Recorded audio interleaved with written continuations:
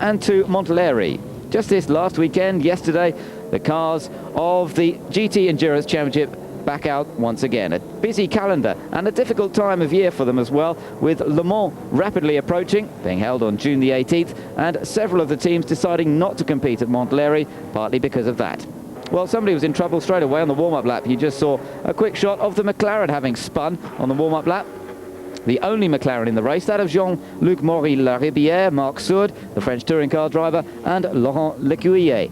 Well, they managed to get going again and retake their grid position, but it was two Ferraris on the front row of the grid, and it was the car of Fabio Mancini, Massimo Monti, and Britain's Gary Ailes that took pole position.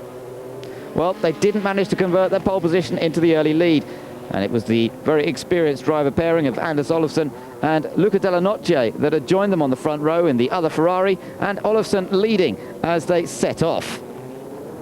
Some of the Porsches finding themselves getting into a bit of trouble on the first lap of this Monthelry track, a very old track, a track that was first used way back in 1923, and a very unusual track for modern day racing, with the extent of banking that is used combined with another twisty road section to the circuit. It's a very, very hard and demanding circuit on the cars, and that's certainly part of the reason why many of the McLarens decided not to compete over the course of the weekend, and partly that and partly the preparations being made for Le Mans. So Ferrari dominating the early stages of the race, the Olofsson car leading from the Mancini, Monti and Ailes car in second position. But the only McLaren in the race was beginning to work its way up through the order. Car that had spun on the warm-up lap. In fact, Marc Sourde had been driving the car at this first part of the race, so not really somebody you would expect to throw away a chance by spinning on the warm-up lap, but he was making up for it and gradually moving up through the field. Soon indeed, it was a battle for second place between that McLaren and the Ferrari that Gary Ailes was involved with, and the McLaren going through into second place, Marc Sourde taking that place from Fabio Mancini.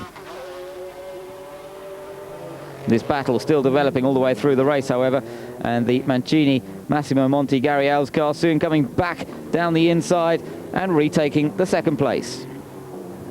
Ferraris hadn't gone to Donington Park, but they were determined to try and make up for the lack of an outing by taking dominant 1-2 result here at Monthelry. The leader, Anders Olofsson.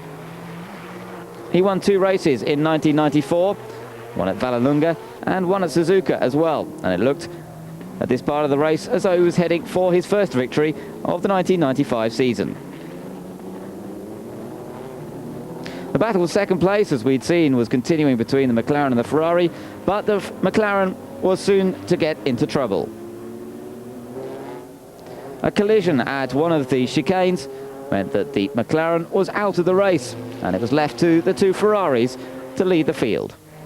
35 cars entered for the race at Monthelry, and nice dry conditions greeting the cars on Sunday after a very wet and difficult qualifying session on the Saturday. Anders Olofsson still leading the race, but tyre smoke coming from the second place car of Fabio Mancini. It was tyre smoke that was to prove disastrous as the rear tyre exploded, and the Mancini Monti Ailes car going out of the action, with that rear tyre damaging the rear bodywork fairly extensively as well as they coasted to a halt. So just the one Ferrari up front now, with no support from his teammate, and the safety car in fact was brought out as they pulled that car back to the pits. One of the marshals almost getting himself hurt, in fact, as the car was towed back.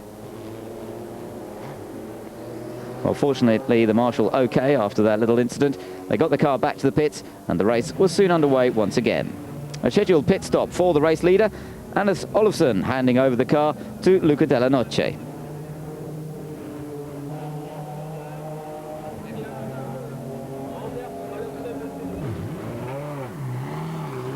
Back out of the pits, still with the lead of the race comfortably, but problems further back for the GT2 car of Enzo Calderari and Lilian Keller. And Lilian Keller at the wheel when the engine decided to let go. More problems as well, this time for another Ferrari, the number 40 car of Michel Ferte and Michael Tevenap.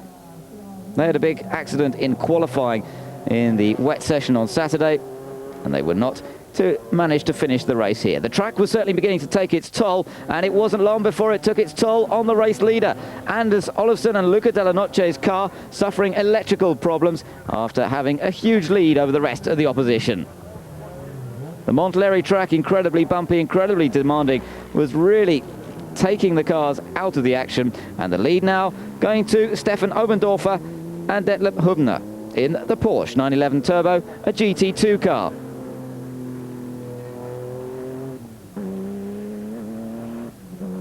Coming up into second place, the British team of Bill Farmer, Paul Edwards and Robert Nern. They'd finished at 7th place at Donington Park, but second place here at Monthelry, a great result.